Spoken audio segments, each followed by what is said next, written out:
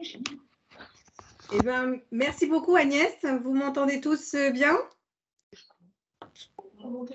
Voilà, super. Donc, je me présente rapidement. Je suis Sylvie Jarmouti, directrice Business Development chez Sopexa. Donc, je m'occupe de tout ce qui est nouvelles affaires, nouveaux clients, nouveaux projets, nouveaux pays, pour l'ensemble du réseau Sopexa, dont je vais vous parler dans quelques instants brièvement l'étendue. Voilà.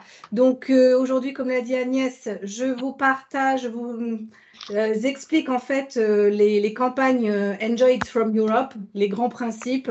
Et n'hésitez pas à poser des questions à la fin pour savoir dans quelle mesure vous pourriez être intéressé ou pas. Donc, je vais vous partager mon écran tout de suite.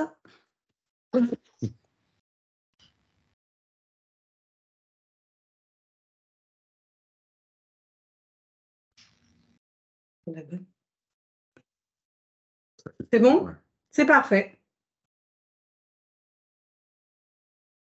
C'est parti. Donc, nous allons parler des programmes européens ou Enjoy It From Europe, qui sont toujours la signature commune de tous ces programmes et que vous avez pu voir ou participer et auxquels vous avez déjà pu participer très certainement. Alors, donc, pour commencer, nous, qui sommes-nous? On est experts food and beverage à l'international. Vous le savez, on est chez Sopexa des experts au niveau global et à la fois au niveau local. Donc, on a cette particularité d'être capable de décrypter les tendances de communication, de marketing, de consommation, de distribution, de transformer tout ça en stratégie de communication. On possède un maillage très, très étendu de partenaires dans le monde entier, que ce soit des journalistes, des influenceurs, des distributeurs, des retailers. Donc, on a un écosystème de professionnels food and beverage présents sur les 5 continents et sur lesquels on s'appuie en fait pour faire rayonner les produits et les marques food and beverage de différentes origines. Donc, on a des experts aussi métiers qui sont basés notamment à Paris au siège, qui sont capables de vous accompagner vraiment dans toutes les étapes, c'est-à-dire depuis la conception d'une campagne, vous aider à en fixer les objectifs, la stratégie, le plan de communication, et puis les experts pays vont pouvoir implanter les actions pour répondre à vos objectifs, soit d'image, soit de vente. Voilà. Donc, vous le savez tous, hein, ça fait 60 ans qu'on existe. Et aujourd'hui, on a un réseau qui est très étendu, puisqu'en fait, on a nos bureaux en propre, Sopexa, on en a 22 dans le monde.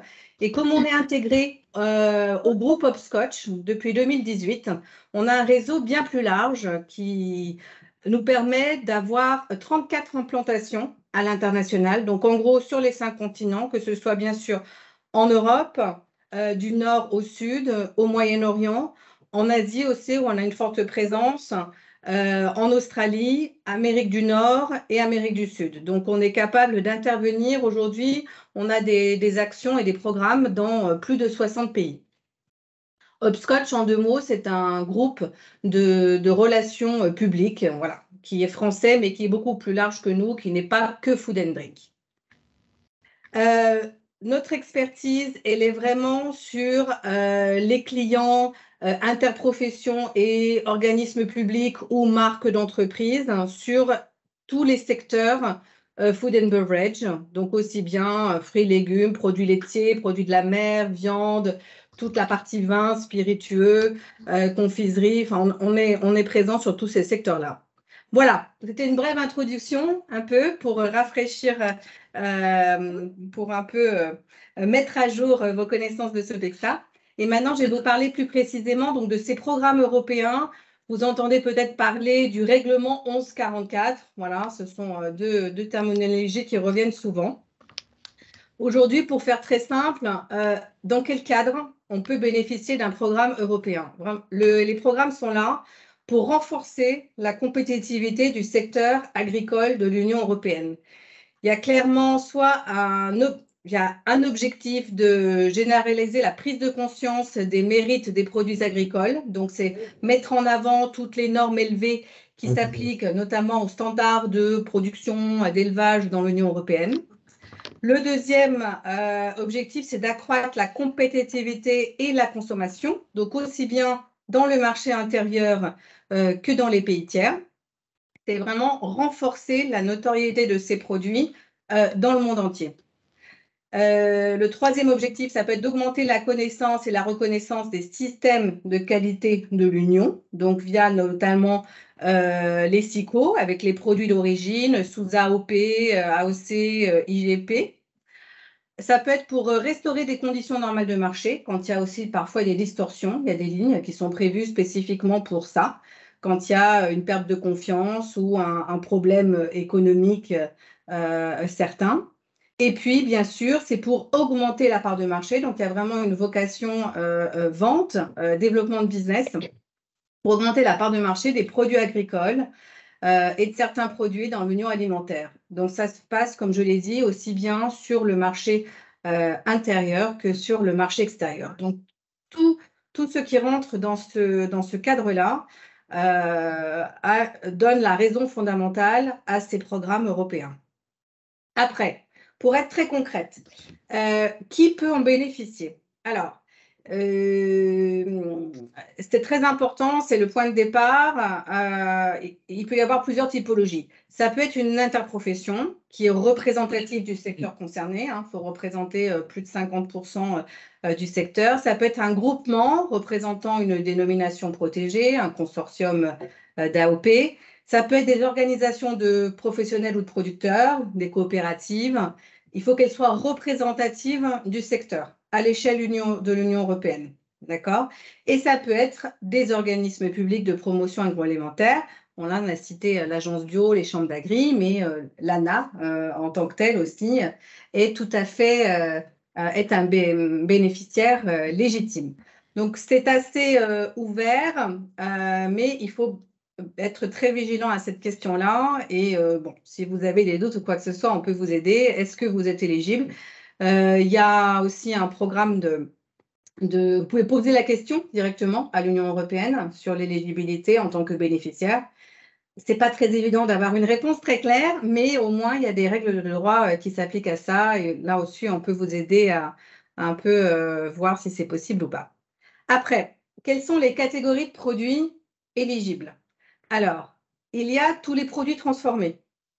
Là, on vous en a mis quelques-uns, comme les gommes et résines, boissons à base d'extrait de plantes, la bière, le coton, les pâtes alimentaires, la moutarde, le maïs, le biscuit. C'est parfois des choses qu'on oublie un peu, mais il y a beaucoup de produits agroalimentaires et transformés qui sont éligibles à ces fonds européens.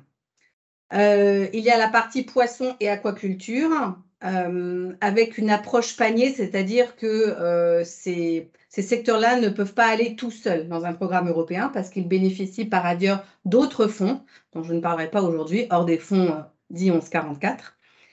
La troisième partie, les produits agricoles, ça c'est ce qu'on connaît le mieux, c'est-à-dire le lait, le beurre, toutes les céréales, les fruits et légumes, la viande, voilà. Les vins peuvent aussi bénéficier de ce programme. Donc, comme les poissons et l'aquaculture, il y a aussi d'autres programmes OCM de cofinancement. Il faut qu'ils soient associés à un panier dans les programmes simples. En revanche, dans les programmes multi, notamment dans les programmes multi, ils peuvent être, ils ne sont pas obligés d'être associés à d'autres produits hors vin. Les spiritueux avec une IGP. Et donc, on en vient au pavé, là, vous voyez en bas à droite, avec tous les systèmes de qualité. Ça répond à l'objectif que j'expliquais tout à l'heure. Donc, tous les systèmes de qualité, AOP, IGP, les signes des régions ultra-périphériques, le bio. Voilà, tout ça, ce sont des catégories de produits éligibles au fonds européen. Alors, donc les budgets, là, on vous a retracé un petit historique de ces budgets européens, à peu près, ils ont été en augmentation jusqu'en 2019 avec 200 millions d'euros par an. Là, ça commence un peu à diminuer et stagner. Mais vous voyez qu'aujourd'hui, si on prend le dernier, la dernière colonne, 2023, il y a 89 millions de disponibles pour les programmes dits simples, je vais vous expliquer, et 87 millions de disponibles pour les programmes multi. OK. Et retenez aussi que la part du programme financé par l'Union européenne est très importante puisqu'elle varie de 70 à 80%. Vous avez 70% de cofinancement dans un programme simple sur le marché intérieur et tout le reste est à 80%. C'est-à-dire que la partie de mise initiale sur vos fonds propres n'est que de 20%. Un programme simple étant un programme que d'un bénéficiaire d'un seul pays, alors qu'un programme multi est un programme où il y a plus des bénéficiaires d'au moins 2 pays différents de l'Union européenne. C'est multi-pays, hein, ce n'est pas multi-produit. Souvent, on confond. Voilà, donc c'est un outil considérable en termes de financement.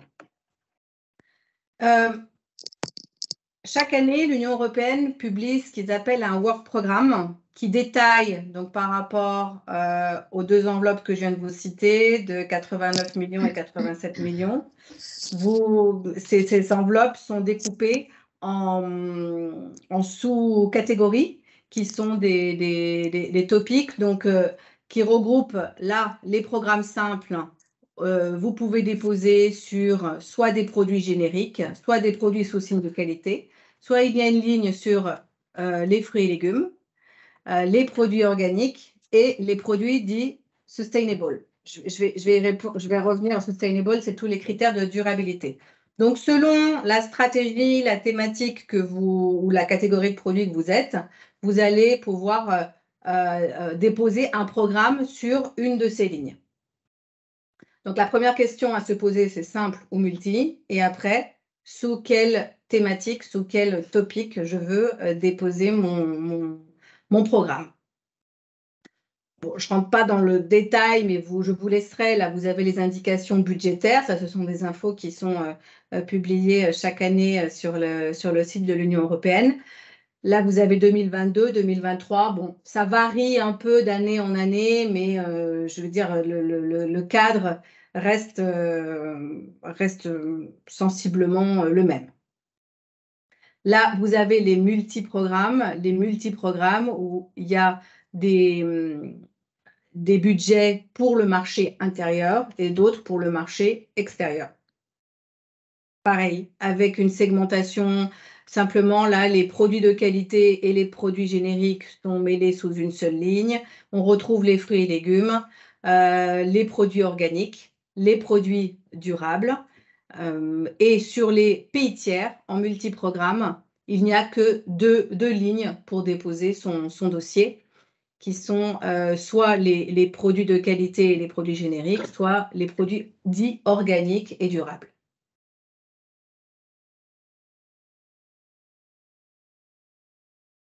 Très brièvement, bon, ça, ce qui est important de comprendre, c'est le timing dans lequel s'inscrivent aussi ces programmes-là. Là, il y a eu le 20 janvier la publication des appels à propositions sur la plateforme européenne. Demain et après-demain ont lieu à Bruxelles un Info Day, c'est comme ça qu'ils l'appellent et qu'il a lieu chaque année. Donc ça, c'est donc ça a lieu à Bruxelles et c'est en hybride. Peut-être certains d'entre vous y participent d'ailleurs. Donc la commission présente tout son work programme, ses base case, où il y a un échange. Donc ça c'est très intéressant.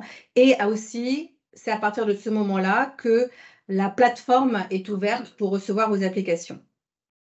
En France, le 10 février, il y a un InfoDev France Agrimaire à Paris et le BIS Repetita européen, mais version française, auquel aussi peut-être certains d'entre vous iront.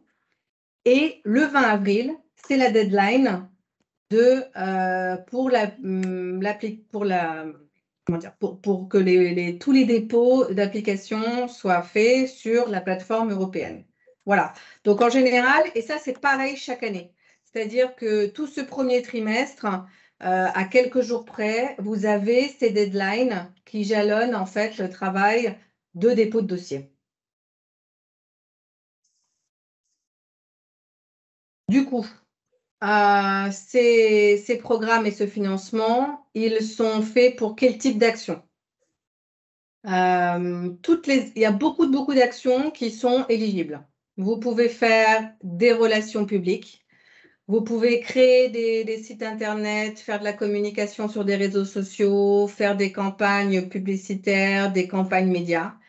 Vous pouvez faire de la promotion dans les points de vente, donc de façon très concrète, de l'animation, de la dégustation et de la vente dans les chaînes de magasins du monde entier. Vous pouvez participer à des événements, donc aussi bien des événements professionnels, les grands salons internationaux food and drink, que des salons ou des événements grand public qui sont très, très signifiants pour chaque pays. De la pub, donc tout est possible, des outils de communication et même, on l'oublie parfois, des études de marché. Ça peut être aussi, ça peut faire partie de votre package quand vous ne savez pas forcément bien sur quel marché aller, quels objectifs à atteindre. Ça peut être aussi un prérequis intéressant et qui est finançable par l'Union européenne. Le cycle de vie d'un programme, là, ce que je vous ai présenté au début sur le premier trimestre, c'est vraiment la partie application, mais ça s'anticipe beaucoup, en fait, cette partie d'application, parce que là, vous voyez avril, année N au milieu, donc l'étape 3, là, ça, c'est l'étape de dépôt de dossier, mais avant, pour déposer un dossier, il faut bien sûr le préparer. Il faut avoir fait, et là on va à l'étape numéro 1, au mois de novembre, à peu près novembre-décembre, les bénéficiaires donc, lancent un appel d'offres pour choisir leur agence d'exécution. Donc nous, Sopexa, on est agence exécutante et on va répondre à votre brief en proposant une stratégie, tout un plan de communication média pour atteindre vos objectifs dans les pays cités. Et ensuite, vous choisissez votre agence d'exécution et là, vous rédigez le dossier sur le premier trimestre dont je vous ai parlé. Et on arrive au mois d'avril, dépôt de dossier. Et après, de avril à octobre, à octobre, l'Union européenne fait une sélection des dossiers. D'accord? Est-ce que vous êtes pris ou pas pris? Ils évaluent, c'est ce qui est marqué, étape 4, évaluation des dossiers par 3 évaluateurs externes, donc tout un système de notation. Ensuite, sont publiés à peu près au mois d'octobre, étape 5, la liste des programmes financés. Si vous êtes financé, vous devez signer un contrat avec l'agence d'exécution que vous avez sélectionnée entre les bénéficiaires et ensuite un contrat avec l'agence qui a été sélectionnée au préalable. Et c'est à partir du mois de janvier, donc l'année N+1, que commence réellement la campagne. Donc, ça se prépare, vous voyez, longtemps à l'avance. Là, aujourd'hui, les applications qui vont être faites pour avril 2023, ce sera pour des campagnes qui commenceront à partir de janvier 2024. Donc, ça s'anticipe par rapport à vos plans et à vos constructions budgétaires.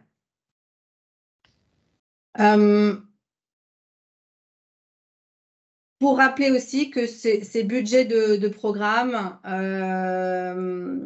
ils se décomposent en gros en 3 parties. Il y a bien sûr tout ce que vous voyez en bleu, donc c'est le budget vraiment d'exécution de la campagne, d'accord? Mais il ne faut pas oublier aussi un budget de environ, hein, c'est pas une norme, mais c'est quand même important de l'avoir en tête parce que ça, dans les constructions, les chiffres, il faut qu'ils soient précis. Il y a à peu près 5% de budget de coordination chez vous, du bénéficiaire. Ça demande après un travail de suivi sur les années de campagne. Et puis, il y a un budget à peu près à 5% pour l'évaluation. Il faut savoir que c'est une tierce, un autre acteur qui va, en fin de campagne, évaluer l'efficacité des résultats atteints par rapport aux sommes allouées. Donc, bon, il faut l'avoir en tête quand on construit la campagne. Ce sont des campagnes qui durent 2 à 3 ans, parce que c'est des choses lourdes à monter et à mettre en place. La majorité des bénéficiaires la font sur 3 ans. Voilà, pour qui ça arrive à 2 ans. Et puis, il faut compter aussi des frais pour la rédaction du dossier d'application. Donc ça, ce ne sont pas des coûts finançables par l'Union européenne. C'est à prendre sur vos fonds propres, parce qu'entre transformer toute une stratégie, un plan d'action média ou de campagne en un dossier d'application qui soit implanté dans la plateforme, on n'est pas sous les mêmes formats, on n'est pas sous les mêmes argumentations, et il y a à peu près, le dossier d'application, il fait à peu près 80 pages quand même. Donc, il faut le travailler. Ce qui explique aussi qu'il y a des frais alloués à ça. Alors, le gros avantage, c'est que si vous faites tout ce chemin et que vous êtes sélectionné, vous avez donc jusqu'à 80% de financement, comme je vous l'ai expliqué au tout début. Et vous recevez une avance de 20% de la totalité de la subvention dès le début du programme. D'accord? Et ensuite, il y a des paiements intermédiaires pour chaque période de 12 mois. 60 jours après avoir rendu les rapports sur la période. Comment se fait la sélection des programmes? Je ne vais pas trop rentrer dans le détail, mais retenez que c'est comme un concours. C'est les meilleurs dossiers qui sont sélectionnés. D'accord? Il y a une note sur 100 points, avec 30 points sur le qualité-prix, 10 points sur la qualité du management, 20 points sur la dimension européenne. Donc ça, c'est très important. Il faut vraiment bien être en mesure de démontrer la dimension européenne, ne vont pas être cantonnée à la partie, je dirais, forcément régionale ou nationale, hein, parce que ce sont quand même il faut le transformer en message européen. Et la qualité technique, c'est bien sûr tout ce qui est efficacité, fixation des KPIs, du ROI, de toutes vos actions, de tous vos livrables, d'où l'importance de se faire accompagner par une agence. Donc ensuite, il y a une note sur 100 et c'est vraiment les meilleurs sur chacun des thématiques que je vous ai expliquées dans le tableau, là, sur chacune des lignes budgétaires qui sont sélectionnées. Et selon les lignes, forcément, il y a plus ou moins de concurrence. Donc, il faut faut avoir plus ou moins une très, très, très bonne note. Mais maintenant, avec des dossiers, pour parler concrètement, en dessous de 85 sur 100, c'est compliqué hein, à être sélectionné. Donc, il faut un excellent dossier. Voilà, j'ai essayé de vous brosser un peu le mécanisme et les points d'attention. Ce qu'il faut retenir pour nous, c'est que on est là pour vous aider sur la phase amont, c'est-à-dire tout avant le dépôt du dossier, et bien sûr sur la phase aval, puisqu'on va faire le déploiement dans les pays. Sur la phase amont, on peut vous aider vraiment à co-construire avec vous les objectifs, la stratégie. On a une intelligence marché, un département intelligence économique ici à Paris qui peut faire toutes les études et vous sortir les chiffres que vous voulez. On peut vous accompagner sur la rédaction du dossier. Tous les bénéficiaires avec lesquels on travaille, on a un bon taux de succès en termes de sélection. On est à 75% sur les 3 dernières années.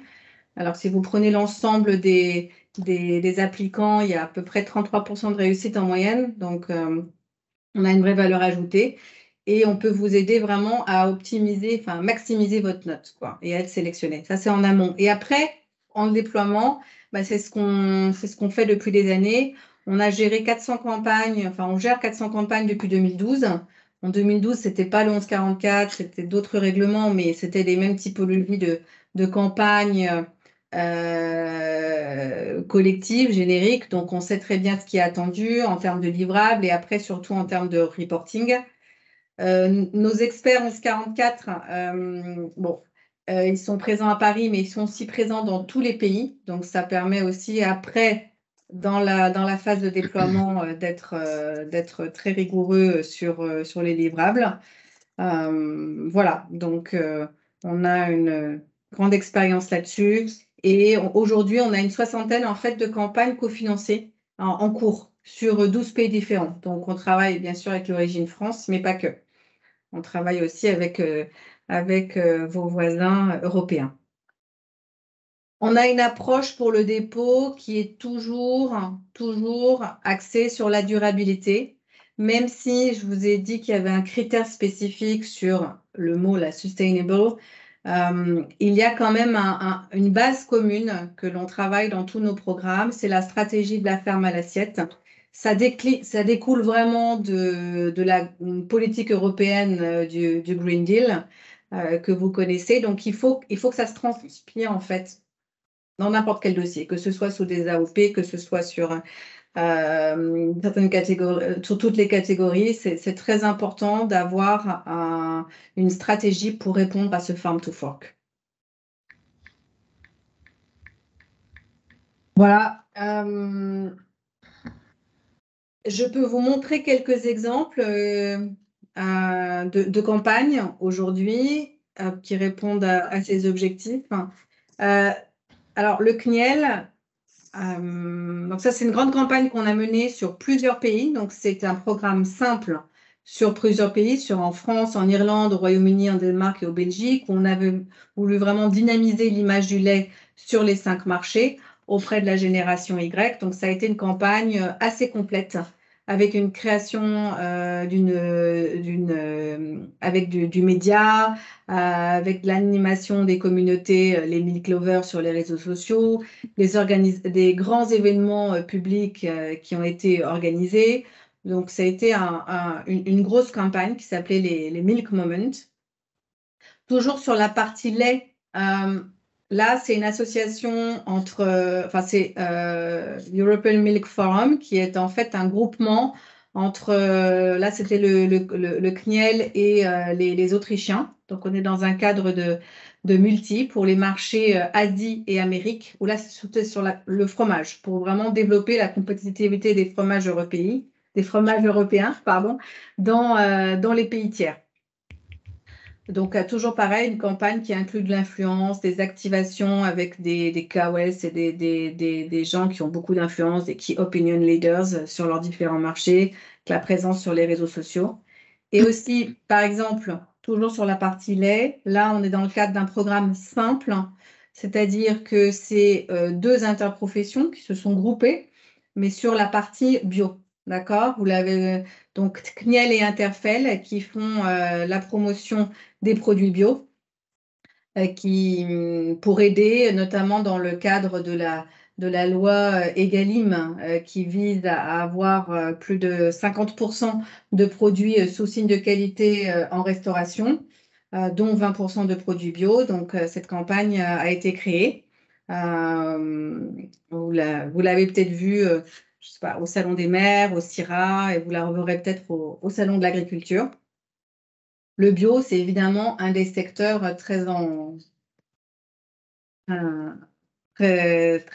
qui marche bien aujourd'hui. En termes, je parle de financement pour l'Union européenne. Alors là, certains d'entre vous se reconnaîtront peut-être, c'est une campagne de beurre Charentes-Poitou, huîtres Marais-Oléron, Chablis, qui devait se faire en Chine, mais bon, vu les difficultés, ça s'est surtout fait à Taïwan. Là, j'étais avec mes collègues il n'y a pas longtemps qui reviennent d'un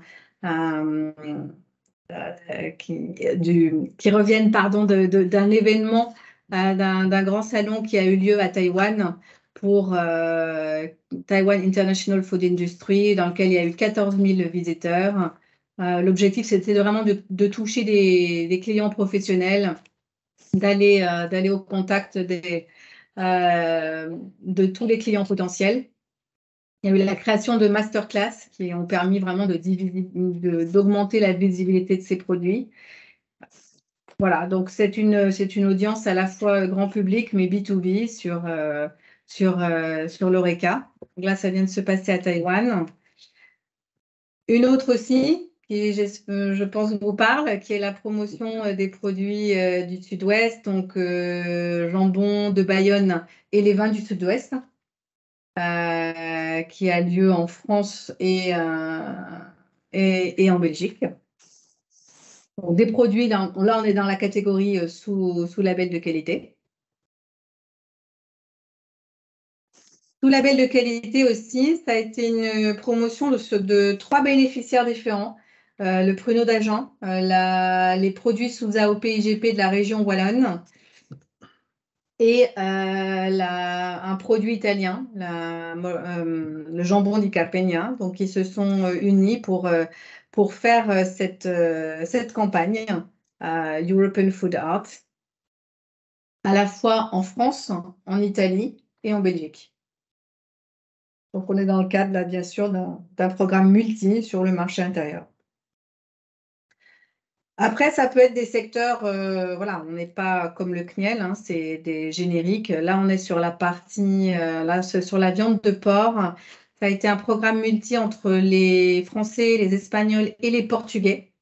Je vais vous passer rapidement parce que la vidéo résume bien en fait l'ampleur d'un dispositif de communication qu'on peut vous offrir. J'espère que ça va marcher. Bon.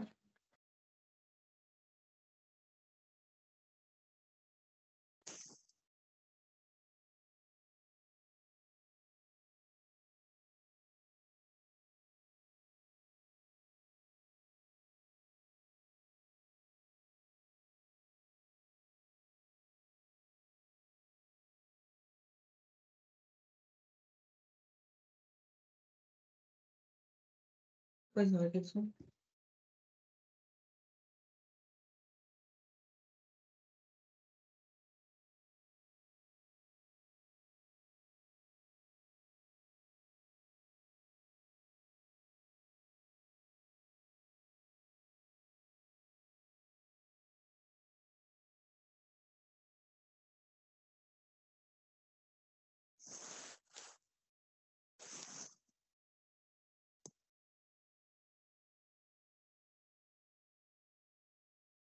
Vas-y. Vous entendez bien le son? Ouais.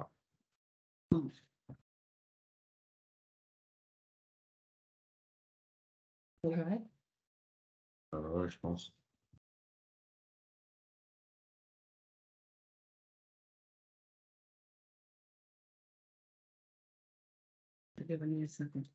Sinon, il faut que...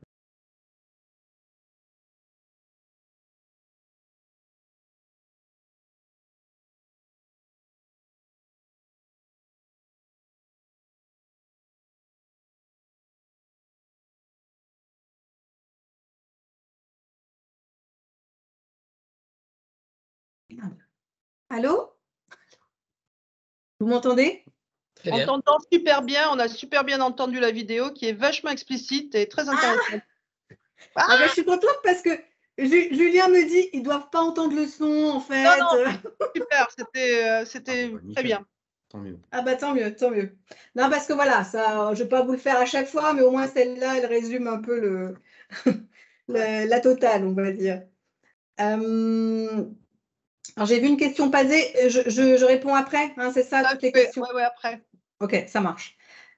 Donc là, c'est sur de la viande, c'est de la volaille, pareil. Donc là, on est sur du multi, donc c'est plusieurs pays bénéficiaires et qui font la campagne en fait sur leur propre pays. D'accord? Donc là, il y avait 6 pays différents avec un programme volaille sur un programme volaille générique, hein, c'était pas la volaille classique. Le label rouge. Donc ça, c'était vraiment pour le marché intérieur. Donc là, on est sur la campagne promotion signe de qualité. Les vins de Provence et Valténésie, donc ça, c'est nouveau. C'est une campagne qui a lieu en Allemagne, en Belgique et aux Pays-Bas pour mettre en avant ces vins. Je ne détaille pas tout. Il y a eu les vins de Bordeaux, donc là, je suppose que vous en avez bien connaissance, et d'Allemagne aux USA. Cognac en Chine. Alors, la Chine, ça a été un peu compliqué, bien sûr, ces 2 dernières années. Je tiens quand même à signaler qu'on a, notre bureau chinois à Shanghai a une solution avec un Chinese partner pour redémarrer toutes les campagnes de promotion des ONG. Parce que c'est comme ça qu'ils qualifient les Chinois, les interprofessions ou autres, les organisations non gouvernementales. Donc, on a trouvé le moyen. Donc, maintenant, c'est à nouveau possible de développer des campagnes sur la Chine. Interfel, qui est un gros partenaire chez nous, pour lequel on a mené des programmes en Amérique du Nord, au Moyen-Orient et en Asie. Donc, c'est possible de déposer 3 programmes de façon simultanée, mais complètement distincts, sur 3 zones différentes. Donc, ça, c'est ce qui permet de développer les ventes à l'export de tout ce qui est pommes, kiwis, abricots, etc. On a fait des programmes avec eux aussi sur le marché intérieur, sous signe de qualité. Donc là, c'était les AOP et IGP, entre autres du Sud-Ouest d'ailleurs. On a travaillé aussi sur tout ce qui est avec Terre Univia, qui est la filière pour les huiles végétales et les oléoprotéagineux, donc pour promouvoir les bénéfices des huiles végétales et des margarines, donc auprès du grand public et des professionnels de santé. Ça, c'est une campagne aussi en multi, fait avec un partenaire polonais, donc où chacun fait campagne dans son pays.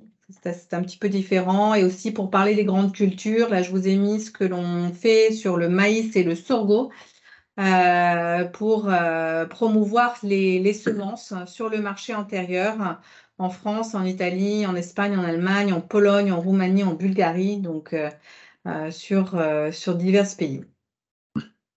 Voilà. Je pourrais vous donner d'autres exemples, un peu moins français, mais bon, l'idée, c'est de vous montrer toutes les typologies de produits, les typologies de programmes, simples, multi, les typologies de marché de destination, un marché intérieur, marché extérieur. Et puis, en termes d'action, tout est faisable et les programmes que je vous ai présentés actionnent les différents scopes d'action possibles, en fait. Donc, pourquoi choisir les programmes européens? C'est que vous pouvez vraiment créer des nouveaux marchés, les développer beaucoup plus facilement. C'est un outil quand même assez exceptionnel vu le montant du financement qui peut être ajouté à votre plan marketing international. Et bon, bien sûr, pourquoi nous choisir nous? C'est parce qu'on va vraiment adapter vos objectifs et vos envies et vos besoins aux attentes de l'Union européenne. On sait comment leur parler, plutôt leur écrire. On va pouvoir effectivement maximiser votre note pour avoir un projet financé. Et après, dans les pays, vous bénéficiez d'une expérience et de relations acquises au cours de nombreux programmes, comme je vous l'ai expliqué, vu notre historique. Voilà. J'espère que je vous ai donné quelques clés et envie déjà de réfléchir ou de faire ces programmes, parce que je pense qu'il y a peut-être des niveaux différents selon l'audience, en termes de ceux qui en font déjà, d'autres pas du tout. Mais en tout cas, voilà. Je suis ravie, merci. N'hésitez pas à me poser toutes les questions. Peut-être que tu peux répondre à la question de Claire Floch, si Claire n'a pas compris. Multi et simple, la définition. Oui. Alors, c'est pas que j'ai pas. Oui. Excusez-moi, c'est pas que j'ai pas compris. Je crois que j'ai compris. Mais non, comme mais vous le présentez comme une évidence, qui est normale de votre part, et j'aimerais bien que, une fois pour toutes, on me redise officiellement ce que sont des programmes simples, ce que sont des programmes multi.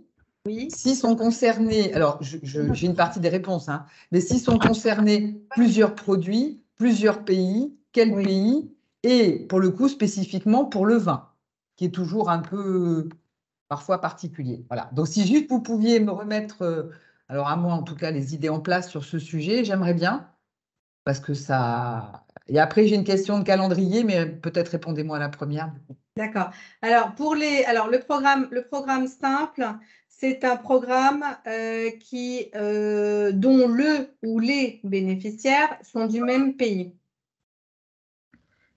D'accord? Donc, vous pouvez être seul bénéficiaire, vous pouvez vous grouper avec quelqu'un d'autre. Si c'est un On peut être Français, tout seul. On peut être vous pouvez être tout seul, bien sûr. Si vous êtes éligible, Si vous avez les fonds propres suffisants et si ça, effectivement, ça fait sens par rapport à vos objectifs, votre budget, votre marché cible, vous pouvez l'assumer toute seule. Oui, bien sûr, bien sûr. Après, vous pouvez effectivement vous grouper avec un… Attendez, on peut être tout seul et travailler un seul pays. Oui, Oui. oui. Oui, vous n'êtes pas obligé. Là, le ciblage en termes de marché, ça peut être un seul pays. La seule chose sur le vin, c'est que cibler son propre pays en étant tout seul sur le marché vin, il y a quand même des approches faut faire très attention. Après, en termes de message. Attendez, je vais vous retrouver le… Vous voulez, parce que, exemple, le Pinot des Charentes trouve un moyen de rendre éligible un programme France que pour le Pinot des Charentes. Ça, en théorie, c'est possible. En théorie, mais il faut vraiment mettre en avant tout ce qui est information sur la consommation responsable. Ouais. En fait, ça va être l'axe à privilégier. Et donc, c'est compliqué. Alors, est-ce que c'est l'axe à privilégier ou est-ce que c'est le seul axe éligible? Disons que on ne parle pas d'éligibilité sur un axe, mais si vous voulez, après, en termes de sélection et de notation, s'il n'y a pas ça qui transpire, vous n'atteindrez pas tous les points, je dirais, par rapport au message européen. Et donc, il y a un risque de non-financement. Donc, consommation responsable ou bien, j'en sais rien moi, un truc durable. Voilà, un truc durable. Alors, le truc durable, oui. Le truc durable, il y a quand même des précisions. Si vous voulez, moi, je peux vous envoyer le texte afférent à ça. Il y a quand même des critères. 1, 2, 3, 4, 5, 6, 7. Là. Il y a 7 critères qui sont écrits dans le règlement concernant la durabilité. Et ils disent qu'il faut qu'il y ait au moins un des 2 critères pour qu'il y ait un programme dit sur la ligne sustainable, sur la ligne durable. Et les critères, bon, ça va être tout ce qui est lié atténuation du changement climatique, protection de la qualité de l'eau, prévention de la dégradation des sols, protection de la biodiversité. Ça peut être réduire les pesticides, le bien-être animal. Enfin, bon. Ces techniques, il y en a 7, ils sont bien, c'est bien explicité et il faut qu'il y en ait au minimum 2 pour que ça soit sur cette ligne-là. D'accord. Et si c'est Pinot des Charentes, je vous pose des questions toutes simples, hein, comme ça, oui, c'est Pinot des Charentes, qui est un vin, donc ça peut servir pour mes camarades de vin. Pinot des Charentes en Belgique, là, pour le coup, c'est un peu plus ouvert. Ou ça va être le même problème sur le marché que pour la européen. France. Non, en fait, c'est une question de marché intérieur. C'est-à-dire que concernant, si vous voulez, les programmes vins, disons que c'est mieux. Enfin, sur les pays tiers, ça passe mieux que sur le marché intérieur où il y a quand même beaucoup plus d'attention sur tout ce qui est prévention de consommation. Et sur les programmes simples, il faut qu'il y ait l'approche, alors je ne sais pas si j'étais très claire, sur le vin, il faut qu'il y ait l'approche panier, c'est-à-dire qu'il faut qu'il y ait d'autres… Ah ben voilà. Ah oui, donc on ne peut pas être tout seul. C'est là où, parce que c'est là où je manque toujours un peu de comprenette, hein, sans doute. Hein. Parce que vous m'avez dit, on peut être tout seul. Donc, on ne peut pas être tout seul. Si c'est une approche panier, on ne peut pas être tout seul. Oui, il doit être allié avec… Il doit être allié forcément avec… C'est ça, sa question. Mais il peut être allié à un autre vin. En fait, c'est le vin qui peut être tout seul. Oui, c'est le vin qui peut être tout seul. Et moi, je vous parle… D'accord. Donc, quand on peut vous pas êtes être dans tout le seul. multi, par exemple, CIVP Valténésie, on parle que du vin. C'est un programme, on parle que du vin, mais c'est un programme multi. Et si c'est un programme simple, alors j'ai pas, si, c'est l'exemple. Vous voyez, c'est là, je vous c'est l'exemple du vin où… du Sud-Ouest avec jambon de Bayonne. Il faut que ce soit effectivement. Voilà. Donc en fait, quand je vous disais donc France tout seul ou Belgique, alors Pinot des Charentes tout seul en France ou Pinot des Charentes tout seul en Belgique, c'est non. Ouais, pas à cause du pays, mais parce qu'on est tout seul. C'est ça? Oui. Un panier. Oui. Donc c'est le contraire. Donc c'est pas ça du coup. Et Claire, On peut tu pas peux être le tout dire que seul. tu veux travailler avec le floc de Gascogne, il n'y a pas de souci. Hein. Non, mais attendez, oui, Et non, mais voilà, on attendez, a trouvé un mariage. C'est le panier, attendez, excusez-moi. s'il Ouais, vous le plaît, panier. parce que ça n'a jamais été super. J'aimerais bien, là, si vous pouviez me dire clairement, est-ce que je peux faire tout seul? Pinot des Charentes tout seul, je ne peux pas. Non. Non, Non? non, Non. En programme Non. simple, je ne peux pas. Il Non. faut que je me marie avec le floc de Gascogne ou le foie gras du Gers. Voilà. C'est ça? Donc, je ne peux pas être tout seul. Elle peut être avec un autre vin. Mais tu Mais peux voilà, être vous pouvez mais pas en être tout. Ouais. Ouais, pas ouais. en simple. Je Mais peux être je avec sais un que ça- autre produit viticole ou un autre produit tout court. C'est ça? Oui, c'est Et je ça. ne peux pas être tout seul. OK. Et un programme multi. Pareil. Bah, c'est la même chose, simplement, en programme multi, vous pouvez être que du vin, mais il faut que ce soit multi. Donc, il faut que vous soyez avec un étranger, un italien, un espagnol, un portugais. Par exemple, je C'est le fais cas. au lieu de. Ça veut dire je C'est le cas fais du Pinot CIVB. des Charentes. Je fais Pinot des Charentes et Porto. Là, c'est bon. Ah bah oui, ça Ouais. marche. Ouais. Mais si je fais Pinot des Charentes et Floc de Gascogne, c'est pas bon. Si, ça marche aussi. Floc de Gascogne. Bah, ça fait deux. Mais vous avez dit tout à l'heure que les multis, c'était plusieurs États membres. Ouais, je sais. Oui, mais Floc de Donc, Gascogne. Floc de c'est Gascogne, français, ça ne Pinot marche des pas en Charentes. multi. Floc de Gascogne, ça marcherait en simple. C'est ça? Je suis désolée. Et c'est à chaque fois. Attendez, Floc de Gascogne. Ah bah, c'est dans le Gers. Hein. Donc, ça, c'est la France. Hein. Oui. Ouais, ouais. Sylvie, comme on te laisse réfléchir, on laisse la main à Olivier. Olivier, pose ta question, si tu veux toujours ou si tu as déjà la réponse. Non, ma question, c'était exactement les mêmes questions de floc, mais pour le spiritueux, puisque c'était dans votre slide de tout à l'heure. Là, vous aviez l'Armagnac étant un spiritueux. Est-ce que le procédé là, du programme simple, programme multiple et le troisième point qui était, je crois, informationnel sur la partie des consommations durables ou responsables. Il y avait un troisième point là sur votre slide de précédente. Je ne peux plus revenir sur mon slide. Sur la slide où vous détaillez les types de programmes. C'était la même. Ce que vous demandez, Claire, comment ça marchait pour le spiritueux?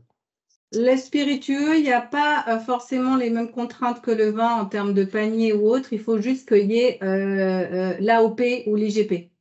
C'est de ça, en fait, qu'on fait la promotion.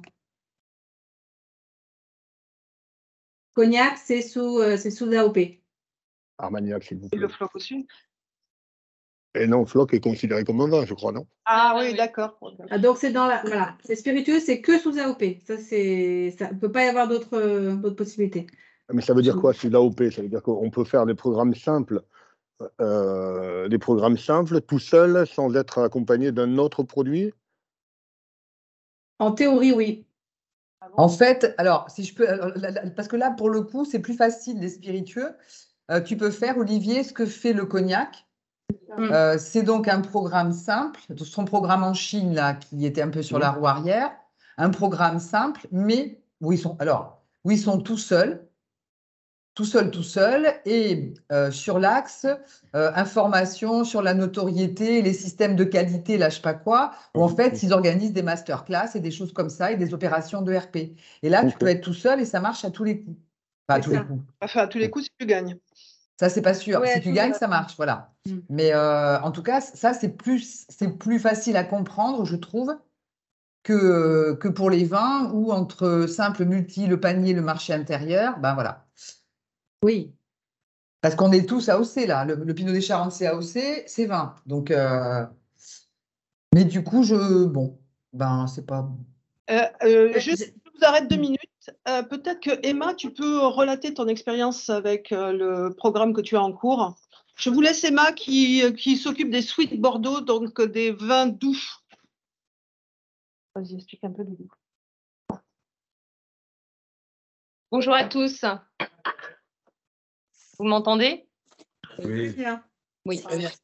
Donc, en fait, il y a quelques années, nous avions eu une présentation. Je pense que certains d'entre vous étaient ici dans cette même salle avec une agence italienne, Blanc de Noir, qui était venue nous présenter un multiprogramme. Donc, suite à ça, nous avons monté un programme avec les vins d'Abruzzo italiens et les kiwis et cerises de Grèce. Donc, le programme s'est mis en place en 2020, donc pas de chance, hein, le Covid. Donc, tous les événements qui avaient été prévus n'ont pas eu lieu, sauf quelques masterclass en ligne. Et puis, l'année dernière, donc finalement, première année de mise en place des actions. Je peux vous dire que là, aujourd'hui, on nous propose de rentrer dans des nouveaux programmes. Eh bien, on va foncer parce que quand vous voyez que l'Europe prend en charge 80% du budget, c'est énorme, surtout pour des petites appellations comme nous, ayant des budgets très faibles. Ça nous a permis de rencontrer des importateurs et des distributeurs qu'on n'aurait pas pu toucher en étant uniquement associés à des vins français. Les Italiens et les Espagnols sont très forts sur tout ce qui est programme européen. Et ça nous permet vraiment d'échanger aussi avec eux, de voir leurs pratiques et d'adapter les nôtres. Donc, ce sont des programmes très intéressants dans lesquels vous avez des événements que vous devez faire en commun, mais également, vous êtes libre sur votre partie événementielle, masterclass, etc. Par contre, il faut que ce soit cadré, on a des comptes rendus à faire, des photos, enfin, il faut vraiment être très précis et donc être suivi par une bonne agence. Le dossier, on ne l'a pas monté nous-mêmes, c'est l'agence italienne qui a été à l'origine et qui a présenté le dossier et qui a remporté le dossier donc au niveau européen. Aujourd'hui, on entame donc la dernière année d'action et on va re-signer pour 3 ans supplémentaires sur les États-Unis et le Canada. Et on envisage également de lancer 2 autres programmes cette année, plutôt sur des multiprogrammes. Donc, dans le cadre de ces programmes, vous avez la prise en charge des déplacements et également, vous pouvez faire une prise en charge sur tout ce qui est partie salaire, donc ce qui est important également. C'est bien, Emma. Donc, on est plutôt satisfait. Si vous avez des questions. Oui, Emma. Quand vous dites on re-signe, c'est-à-dire que vous représentez un dossier, c'est pas de facto parce que vous l'avez une année, Enjoy from Europe reconduit automatiquement. Non, c'est vous représentez un dossier. On représente un dossier avec les mêmes visuels, puisque ça a quand même coûté assez cher, mais site internet, etc., avec les mêmes partenaires pour 3 ans supplémentaires, oui. Et c'est indiscret de vous demander le budget que vous avez présenté? C'est un budget total de 7 millions d'euros. Et nous, c'est un budget de 600 000 euros. D'accord. Sur 3 ans. Grâce à l'ANA. Grâce à l'ANA. On remercie encore. Et la masse salariale, le salaire, c'est pris à combien? Alors, c'est seulement 10% de votre budget global. Et en termes de frais de déplacement, vous pouvez prendre une seule personne ou 2 maxi à hauteur d'environ 15 à 20%. Donc, il faut présenter des rapports intermédiaires, hein, c'est ça? Oui, mais ça, c'est Sopexa ou l'agence qui va s'occuper du. Des éléments, c'est oui. Au niveau budget. Pareil. Et du coup, vous les rémunérez à quel pourcentage de l'agence? L'agence prend un pourcentage sur les opérations. D'accord. Ça vaut le coup. Ouais. Et quand vous dites que le budget pour vous est de 600 000 euros, c'est subvention déduite ou c'est votre part? Non, c'est 600 000 euros et on reçoit 80% de ce budget. Donc, en fait, c'est… Donc, ça fait 200 000 euros par an? Ou c'est 600 000 fois 3? 600 000 fois 3? 200 000 divisé par 3. Non, multiplié par 3. Multiplié. Oui, multiplié par 3. D'accord. Ouais. OK. Vachement juteux. Et vous dites dessus, vous avez pris des frais de fonctionnement, vous avez pris des postes. Oui, c'est dans le projet, en fait, vous avez 10% de frais de fonctionnement que vous pouvez présenter. Mais ça ne suffit pas, hein, ça ne couvre pas en fonction des activités que vous avez. C'est une question pour la Sopexa. Est-ce qu'il y a un budget minimum à présenter ou est-ce que des petites campagnes peuvent être acceptées dans ce type de 1144? Alors, c'est une bonne question. Nous, on a regardé un peu ces dernières années et on pense qu'il y a une tendance quand même à la diminution du montant moyen de campagne. C'est vrai qu'il y en a beaucoup qui tournent autour de plus de 1-2 millions sur 3 ans. D'accord? Donc, après, il y en a qui sont financés à 700, 800, 900 000 euros sur les 3 ans. Je parle y compris la subvention. Donc, il y a de la place quand même pour les petites campagnes. Nous, on pense qu'il y a peut-être moins de place peut-être demain sur les énormes campagnes. Parce qu'il y a justement besoin de plus en plus l'Union européenne a besoin de satisfaire de plus en plus de bénéficiaires. Et aussi un point important, mais c'est peut-être pas votre cas, les renouvellements se font effectivement quand il y a eu une première vague d'une triennale. En revanche, quand vous en avez déjà eu 2, vous n'êtes pas éligible à une troisième. Il faut faire une pause de 2 ans, 1 ou 2 ans. C'est pas encore très net, hein, mais vous ne pouvez pas indéfiniment refaire les triennales en triennale. Et en termes de calendrier, donc là, on est au mois de février. Donc, j'imagine que pour déposer, je fais n'importe quoi, hein, mais pour déposer un dossier pour cette session d'avril, à mon sens, c'est cuit. Sauf si c'est vraiment déjà très abouti, mais effectivement, c'est cuit, ça semble compliqué, effectivement. Donc déjà, ça veut dire que vous avez, parce que faire un appel d'offres d'agence maintenant, Un mois. c'est un peu tendu. Et on Bon, peut pas utiliser. après, je vais être honnête, vous pouvez aussi le déposer, j'ai envie de dire, dans votre coin et puis faire l'appel d'offres en aval après le financement si vous êtes sélectionné. Mais bon, en général, c'est vrai Oui, que parce qu'il n'est pas indispensable que l'appel d'offres ait été fait avant. c'est pas indispensable, mais c'est préférable parce que rien que pour monter le dossier par rapport aux critères techniques que je vous ai décrits, et il faut quand même donner des chiffres assez précis, KPIs, de ROI, etc. Donc, en général, hein, c'est vrai que les bénéficiaires sont accompagnés par des agences ou des cabinets de conseil pour pouvoir développer un dossier. Et donc là, en général, effectivement, l'appel d'offres se fait plutôt en amont. Et on ne peut pas recycler un appel d'offres en cours. C'est compliqué, il faut aller voir France Agrimaire. Mais les appels d'offres, en général, c'est assez caduc. Enfin, je veux dire, c'est sur une certaine période de temps et après, il faut le renouveler. En revanche, si vous n'avez pas, par exemple, là, vous déposez un dossier, vous avez sélectionné une agence, vous déposez un dossier, vous n'êtes pas pris au mois d'octobre. Peut-être que si vous avez bien fait votre appel d'offres en amont, vous n'êtes pas obligé d'en refaire un après pour redéposer l'année d'après. Ça, effectivement, soyez bien vigilants. Peut-être mettre des clauses dans le brief comme quoi l'appel d'offres est valide en cas de non-sélection du dossier pour l'année d'après. Ça évite tout le boulot. Le temps court, on a une question de Manon. Peux-tu la prendre, Sylvie? Parce que ça fait déjà 1h05 qu'on est dessus. On a 2 autres sujets à traiter.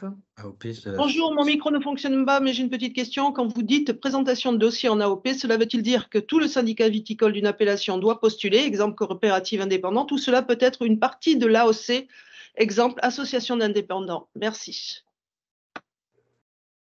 Alors là, c'est très technique comme question. Je prends le point. Je préfère demander à mes collègues pour répondre de façon précise, si c'est possible. Manon, on vous renvoie la réponse quand Sylvie nous l'a envoyée. Ok. On va s'arrêter là sur la 1144. Et on va commencer avec Julien Morales sur le programme qui vous intéresse tous. On peut y aller? Ouais. Je te remercie, Sylvie. Merci. Muchas gracias, Sylvie. Ah, voilà, je le savais. Bueno, entonces, yo me llamo Julio Morales y non, je rigole, évidemment. Donc, moi, c'est Julien Morales. Je suis responsable développement chez Sopexa, en charge de la coordination de l'activité commerciale entre les différentes BU de notre groupe sur le sujet Taste France que je vais vous présenter. Alors, juste pour ceux qui ne sont pas au courant de ce qu'est Taste France, c'est la branche agroalimentaire de la marque France, voulue par Emmanuel Macron. Donc, c'est une marque qui appartient à l'État et qui a été lancée en 2020 à l'occasion du Salon de l'Agriculture et qui a pour vocation de promouvoir tous les produits français à l'export, les produits responsables, innovants, d'excellence, etc., etc. Alors, déjà, nous, Sopexa, on est très fiers, très heureux, car le ministère de l'Agriculture et de la Souveraineté Alimentaire a renouvelé notre contrat CSP, c'est-à-dire concession service public, pour 4 années supplémentaires, c'est-à-dire jusqu'en 2026, pour la campagne Taste France. Et attention, en B2C uniquement. Nous, on va chercher à toucher le consommateur final. Et deuxième information qui est, si vous deviez retenir qu'une seule information de toute la présentation, c'est que le ministère finance à hauteur de 70% toutes les actions liées à la promotion des marques françaises à l'international au travers des actions Taste France. Donc ça, c'est breaking news, c'est les 70% de financement du ministère. Je vous présenterai le programme d'action un peu plus tard. Alors, Taste France, c'est une campagne qui a pour but d'augmenter le volume des ventes des produits français à l'international. Et donc, nous, on a ciblé une dizaine de marchés principaux, avec notamment en Europe, l'Allemagne, l'Angleterre et l'Espagne, en Amérique du Nord, les États-Unis et le Canada, au Moyen-Orient, l'Arabie Saoudite et les Émirats Arabes Unis, et enfin, en Asie, le Japon et la Chine.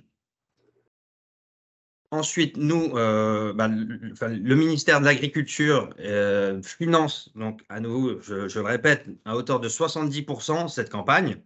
Et ensuite, c'est à nous d'aller chercher les partenaires privés qui vont financer le complément, et donc, c'est-à-dire les 30% restants, et donc permettre à cette campagne d'exister.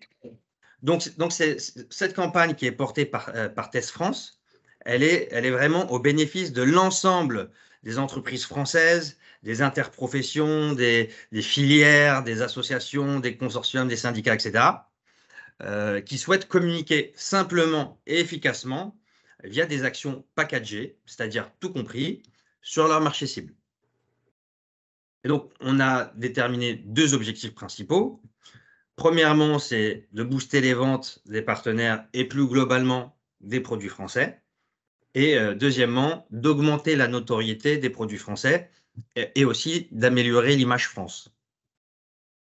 Et ensuite, en termes de cible, on va chercher à toucher le consommateur final. Je le répète, c'est une campagne B2C, mais on va aussi pouvoir passer par différents vecteurs pour pouvoir toucher ces consommateurs, et avec notamment des influenceurs et des prescripteurs. Et quand je parle de prescripteurs, je veux parler de chefs, de sommeliers, de cavistes, etc. Pour communiquer sur cette campagne, on a créé tout un écosystème global il y a maintenant 4 ans. Et donc, c'est un écosystème qui est concentré autour d'un magazine digital qui s'appelle Taste France Magazine. Je vous invite vraiment à suivre le compte Instagram qui est alimenté au quotidien avec des articles et des reportages. J'y reviendrai par la suite. Mais nous, ici à Paris, on a une équipe qui bosse tous les jours uniquement sur Taste France Magazine. Et donc, ensuite, on va avoir différentes typologies d'opérations qui vont venir alimenter cet écosystème, avec notamment des événements, du trade on et offline et toute une série d'opérations en masterclass influenceurs. Donc, pour résumer, c'est 1, maximiser votre visibilité, donc augmenter votre notoriété et in fine booster vos ventes. 2, c'est participer à des actions d'ampleur, je vous les présenterai un peu plus loin. Et 3, bénéficier d'un ensemble d'actions clés en main, c'est-à-dire tout compris, tout packagé pour faciliter au maximum les process. Il n'y a pas de dossier d'inscription à remplir, c'est hyper simple. Là, je vais vous présenter Test France Magazine avec une petite vidéo. Donc, l'objectif de Test France Magazine, c'est de changer l'approche de la communication autour des produits français à travers un magazine digital pour justement amener ces produits français dans le quotidien des gens. Et plus seulement avoir des produits perçus comme hyper premium et réservés à des moments de fête, mais des contenus qui peuvent réellement être du quotidien. Et la création de contenu au quotidien, c'est le meilleur moyen de créer ce réflexe du produit français en amenant toute une série de contenus éducatifs permettant aux gens de se les approprier et d'avoir des idées, des tips, des recettes sur la façon dont ils peuvent cuisiner ces produits français à la maison, dans leur vie de tous les jours. Et donc, c'est un magazine qui a été construit autour de différentes typologies de contenus qui vont être des stories ou des articles qu'on va pousser, mais aussi des reportages dans lesquels on va mettre en avant les producteurs et leur façon de produire. On va aussi parler des signes de qualité des produits avec, des terroirs, de leur origine, avec des photos, des vidéos, comme vous pouvez le voir. Et on va aussi avoir toute une série de fiches produits avec un design assez sympa pour donner des informations sur ces produits. Et donc, on a une carte qui s'appelle Mapster, vous avez vu, qui permet à tous les consommateurs de retrouver autour de chez eux les différents points de vente pour retrouver ces produits. Et à ce jour, on a un peu plus de 1200 points de vente au global.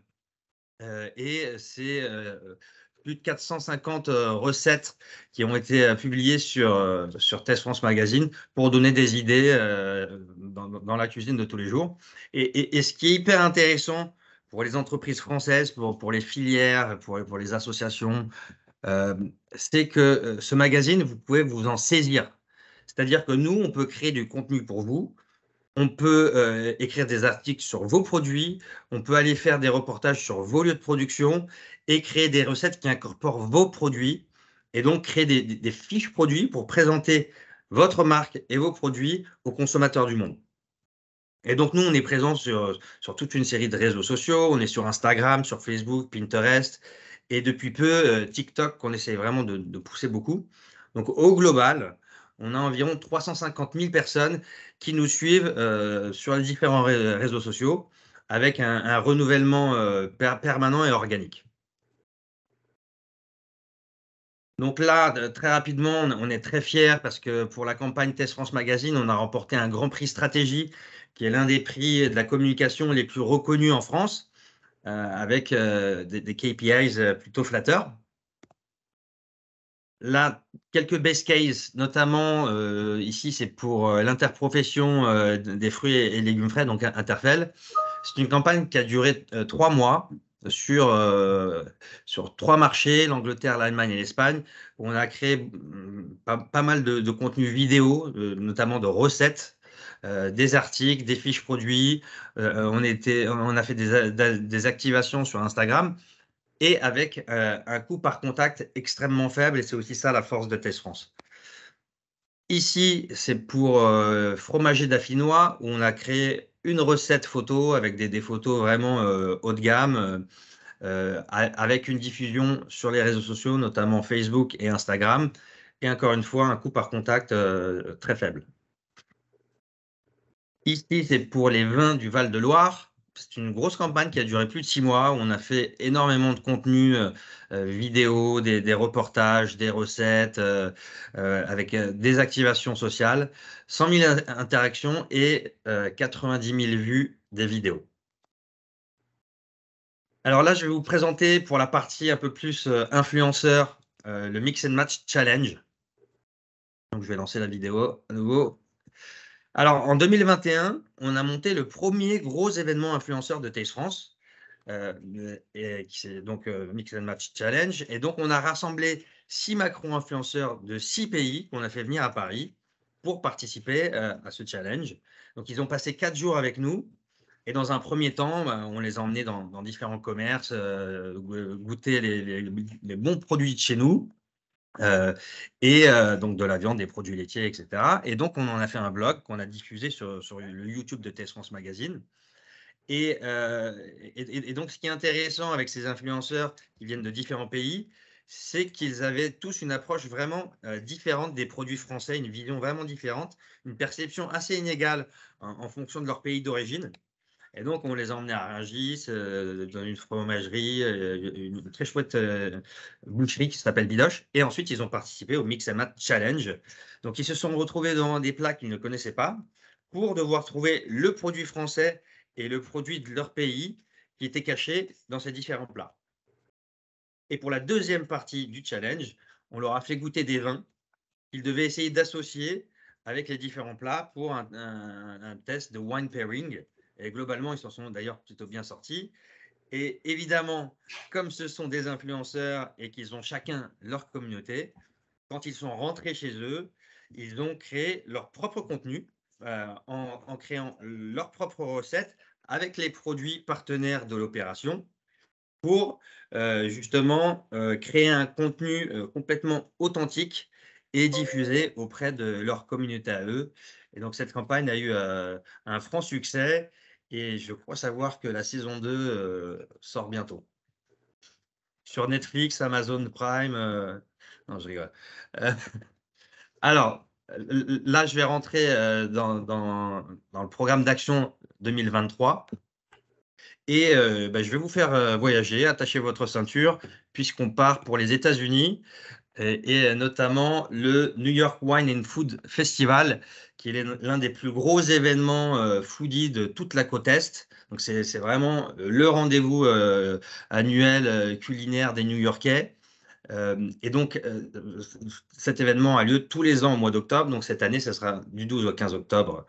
Et nous, avec TS France, ce qu'on a fait, c'est qu'on va reproduire un marché à la française, une ambiance de marché à la française, avec des stands designés made in France, voilà, et des animations, des dégustations. Et d'ailleurs, pour la petite histoire, les partenaires de l'opération de l'année dernière étaient ravis parce que sur toute la durée de l'événement, ils ont réussi à écouler tout leur stock. Donc, ils sont rentrés à la maison sans rien, ce qui est une excellente nouvelle, puisque soit ils ont passé ça en dégustation ou bien en vente directe sur place. Et donc, on va également faire intervenir 3 influenceurs locaux, donc 3 influenceurs américains, pour couvrir l'événement, faire des photos, des vidéos, des stories, et donc communiquer auprès de leur communauté à eux.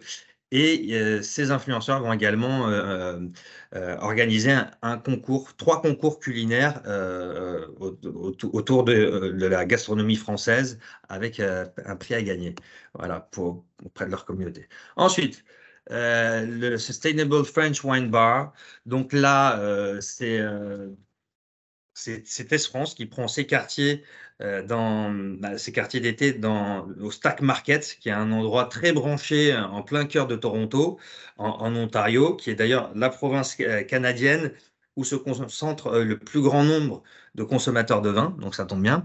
Et donc c'est un événement qui dure tout l'été, donc juillet-août de cette année, avec notamment un bar à vin et un patio à aménager, et pour faire la promotion et la vente d'une dizaine de vins biologiques et responsables français, avec notamment une trentaine d'ambassadeurs qui seront formés pour présenter ces vins de façon la plus professionnelle qui soit.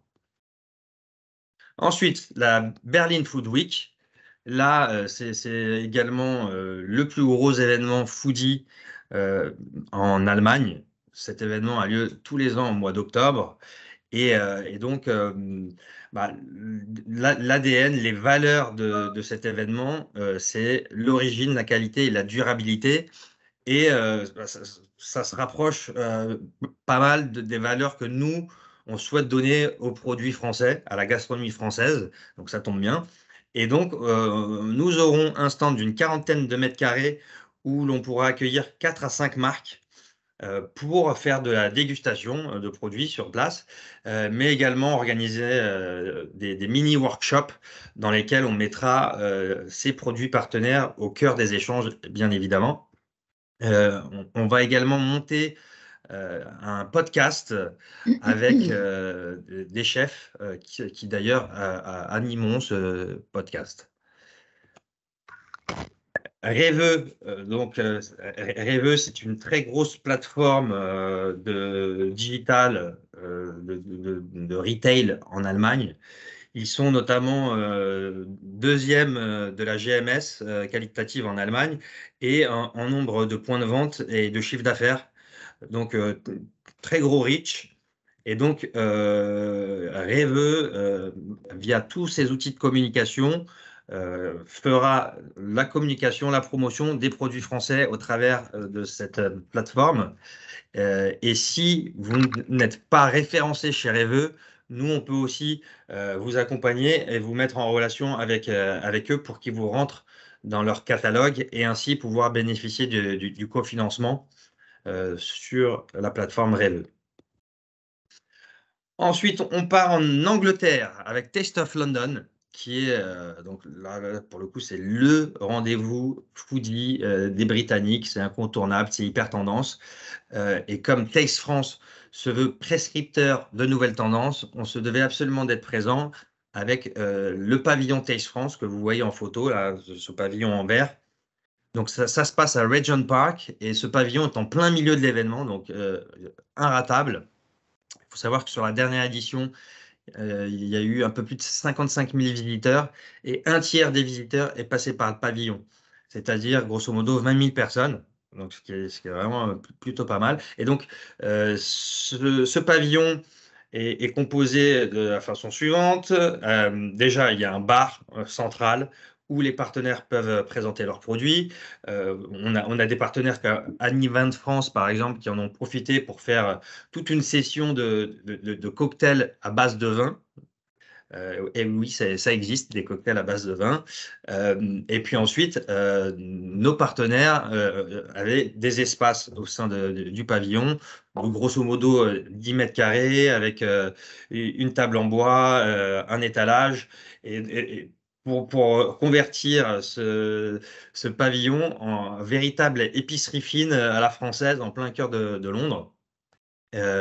Et donc, on a organisé des ateliers de dégustation avec des chefs notamment qui venaient cuisiner les produits partenaires.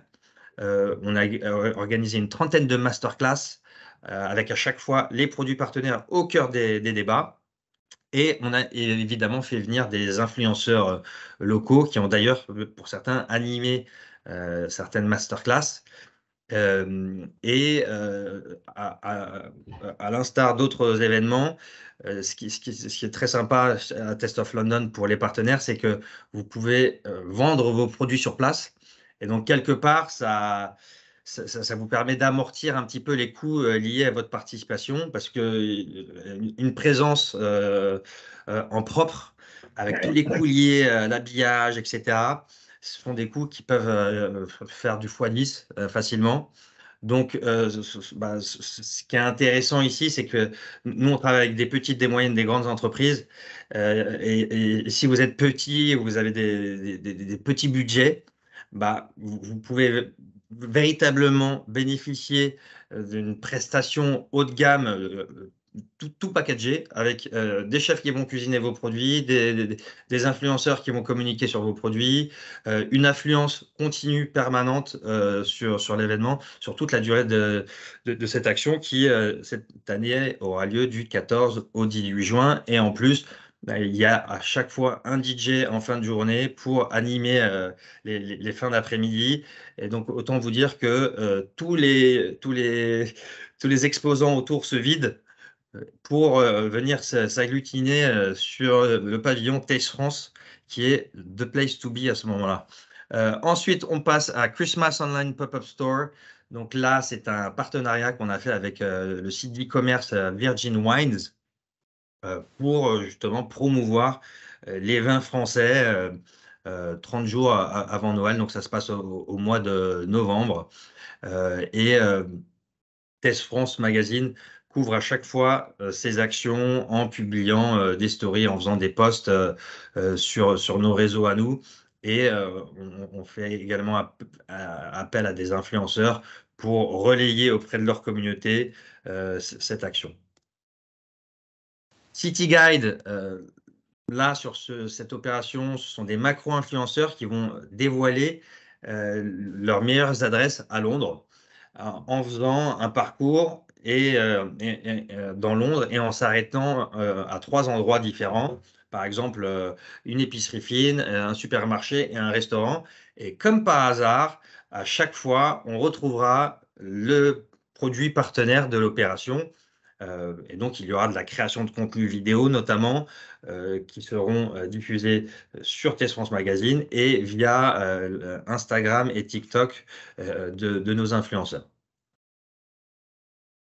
Un voyage en France. Donc, sur cette action, on va faire venir 6 influenceurs émiratis et saoudiens pour un voyage de presse en France.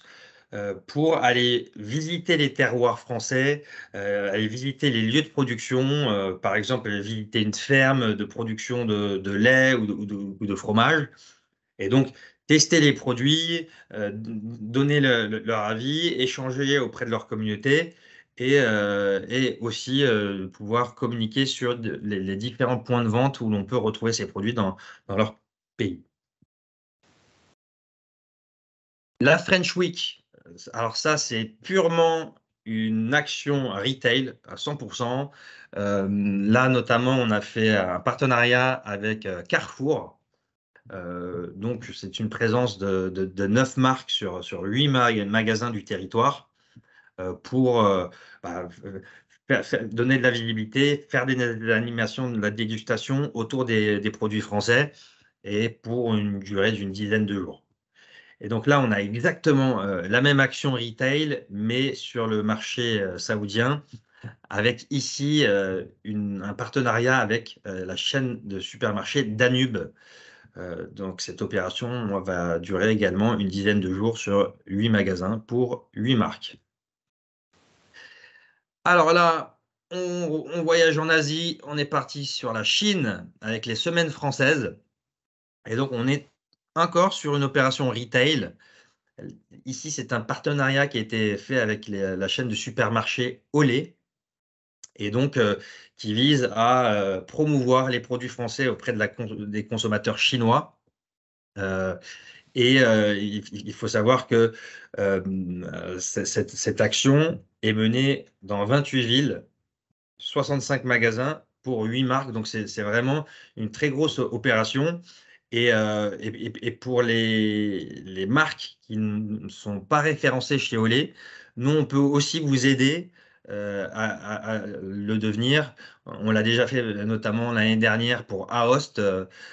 Et donc, intégrer le catalogue des supermarchés Olé sur le territoire chinois, c'est l'assurance, a priori, de pouvoir augmenter nettement ses volumes de vente sur le territoire.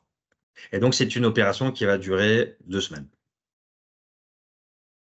La French House, c'est une action purement influenceur qui se passe en 2 étapes.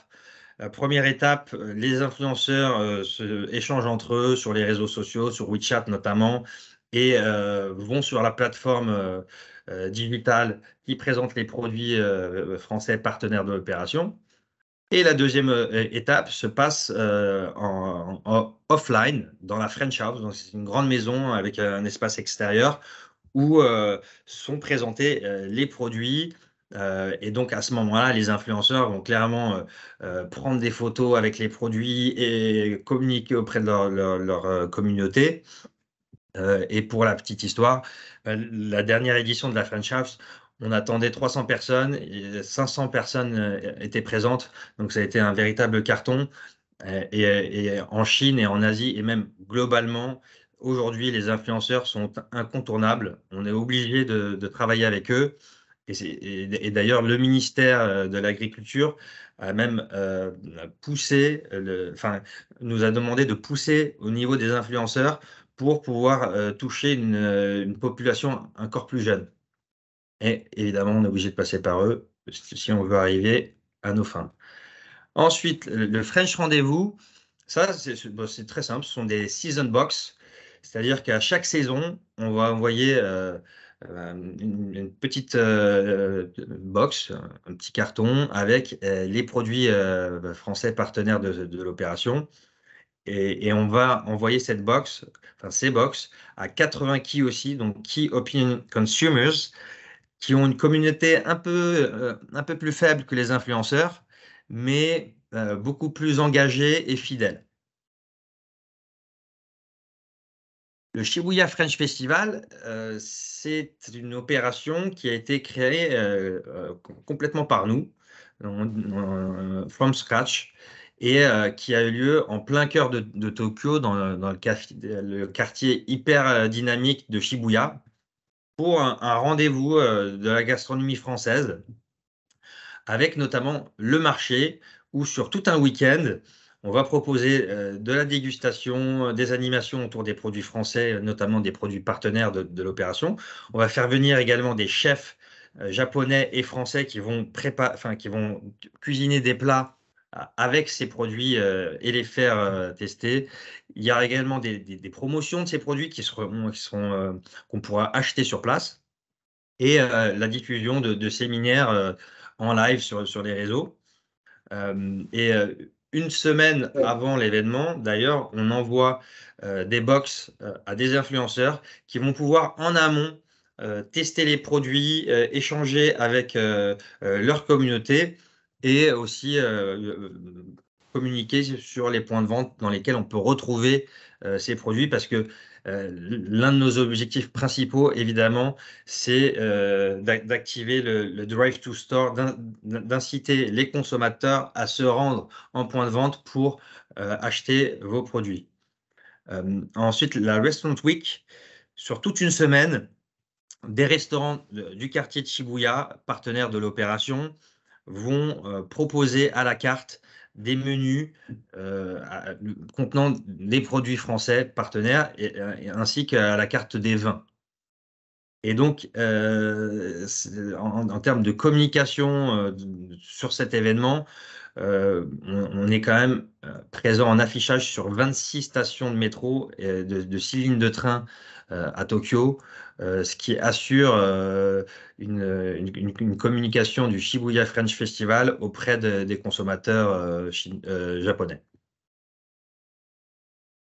Et enfin, le concours sommelier, qui est le concours sommelier le plus prestigieux d'Asie du Sud-Est.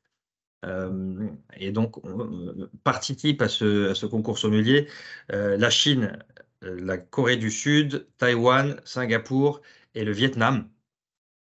Et donc, cette action commence avec l'Ultimate French Wine Guide, qui est un guide des vins sous forme de e-book, pour promouvoir tous nos vins français auprès d'importateurs, de distributeurs, de retailers, etc. Et ensuite, à l'image des grandes compétitions sportives, eh bien, il y a une présélection dans chaque pays, puis ensuite une demi-finale dans chaque pays, et enfin la grande finale dans l'un des pays que je vous ai cités, pour élire le meilleur sommelier d'Asie. Et donc ça a lieu vraiment toute l'année. Ça commence en mai et ça finit en décembre avec la grande finale. Et là, vous avez une vue non exhaustive des partenaires avec lesquels on a travaillé ou avec lesquels on travaille. Et donc, vous pouvez voir qu'il y a toutes sortes de marques représentées, aussi bien des marques de vin, de champagne, des interprofessions, Le Crignel, Interfel, Interbev, par exemple, de la charcuterie, Aoste, des biscuits Saint-Michel, il y a Food-Loire, qui représente un peu les régions, on va dire. Voilà, il y a Monin, Bonne Maman, le Creuset Magimix. Là, pour le coup, ce sont plutôt des marques art de vivre, des marques satellites.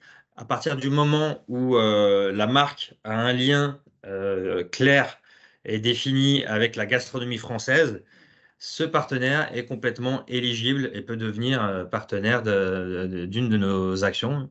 Et donc, je le répète encore une fois, ayez bien en tête que le ministère finance cette campagne à hauteur de 70% et que pour être éligible à ces 70% de cofinancement, il faut, être une entreprise française et deux, produire des produits français et enfin être distribué, implanté dans le pays où aura lieu l'action.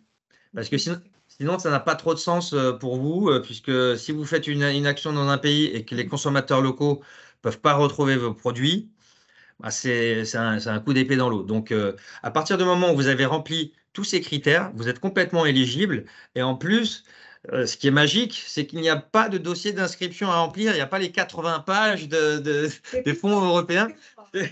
C'est d'une simplicité sans nom. C'est pour ça que je vous disais que tout était packagé, tout est fait pour simplifier au maximum vos démarches et bénéficier de ce financement de l'État.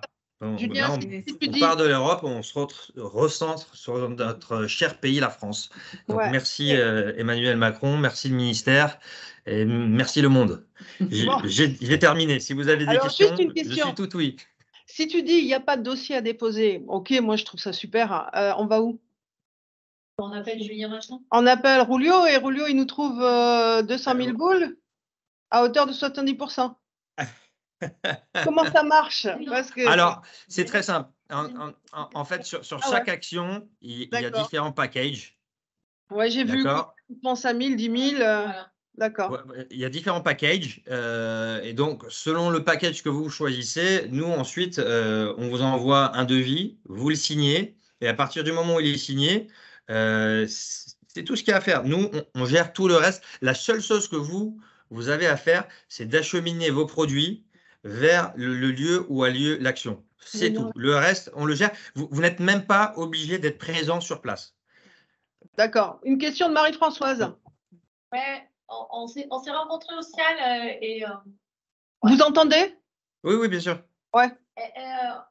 Une région comme Foudoir peut bien participer donc, à une de vos opérations? Absolument, absolument. Vous pouvez choisir soit de mettre en avant Food Loire, là, je prends comme exemple Food Loire, ou bien les marques adhérentes à Food Loire, c'est vous qui voyez.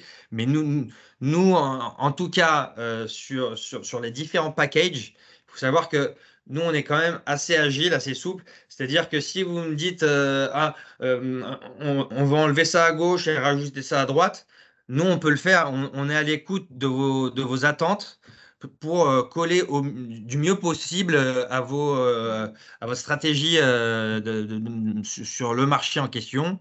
Donc voilà, vous avez des packages de base, mais ils sont modulables.